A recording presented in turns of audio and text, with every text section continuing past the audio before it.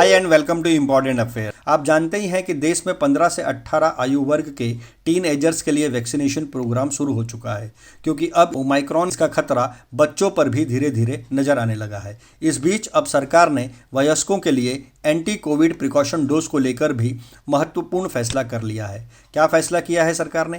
केंद्र सरकार ने साफ कर दिया है कि देश के फ्रंटलाइन और हेल्थ वर्कर समेत 60 वर्ष और उससे अधिक आयु के सीनियर सिटीजन्स को दी जाने वाली कोविड-19 टीके की प्रिकॉशन डोज यानी कि एहतियाती टीका उन्हें दी गई पहली 2 डोज का ही होगा। मतलब जो टीका आपने पहले लिया है, आपको तीसरे टीके के तौर पर भी वही लेना होगा। आपको याद होगा कि मैंने पिछले एक वीडियो में प्रिकॉशन डोज और बूस्टर डोज की ज़रूरत क्यों पड़ रही है इस बारे में विस्तार से बताया था। उस वीडियो में मैंने बताया था कि केंद्र सरकार में आला स्वास्थ्य अधिकारी प्रिकॉशन डोज को लेकर किस मंथन में थे और वे देश में लोगों को प्रिकॉशन डोज के तौर पर कौन सी वैक्सीन दी जाए इस पर एकमत नहीं थे।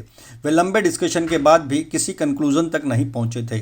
कुछ एक्सपर्ट इसके लिए पहले दी जा चुकी वैक्सीन से अलग मेक यानी ब्रांड की वैक्सीन देने की वकालत कर रहे थे, तो कुछ उसी डोज की जो पहले 2 टीकों के तौर पर दी गई है। इस पर विस्तार से बने वीडियो की लिंक मैंने डिस्क्रिप्शन में डाल दी है। उसे देखने से आपके लिए इसे समझना और भी आसान हो जाएगा।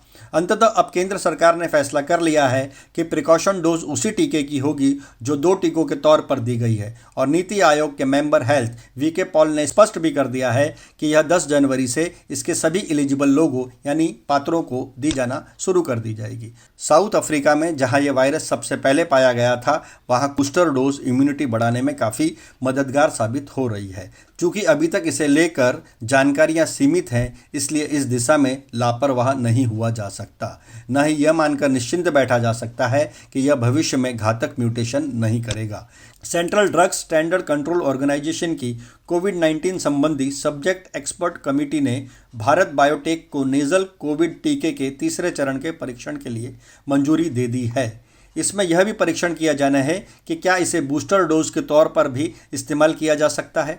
सरकार प्रिकॉशनरी डोज के साथ तेजी से प्रभावी बूस्टर डोज की तलाश भी कर रही है। सरकार को सीरम इंस्टीट्यूट ऑफ इंडिया से भी बूस्टर टीके की उम्मीद है, क्योंकि आने वाले वक्त में कोरोना के रोज़ आ रहे नए वेरिएंट से बचने के लिए हमें ऐसी कई वैक्सीन्स और उनकी कई डोज की ज़रूरत होगी। न जाने आने वाले वक्त में इनमें से कौन सा वेरिएंट हमारे लिए खतरा बनकर खड़ा हो जाए। इसलिए हम सबको एंटी कोविड वैक्सीन की तीसरी डोज लेने के लिए तैयार रहना होगा और केंद्र सरकार को उसकी उपलब्धता सुनिश्चित करनी होगी। धन्यवाद।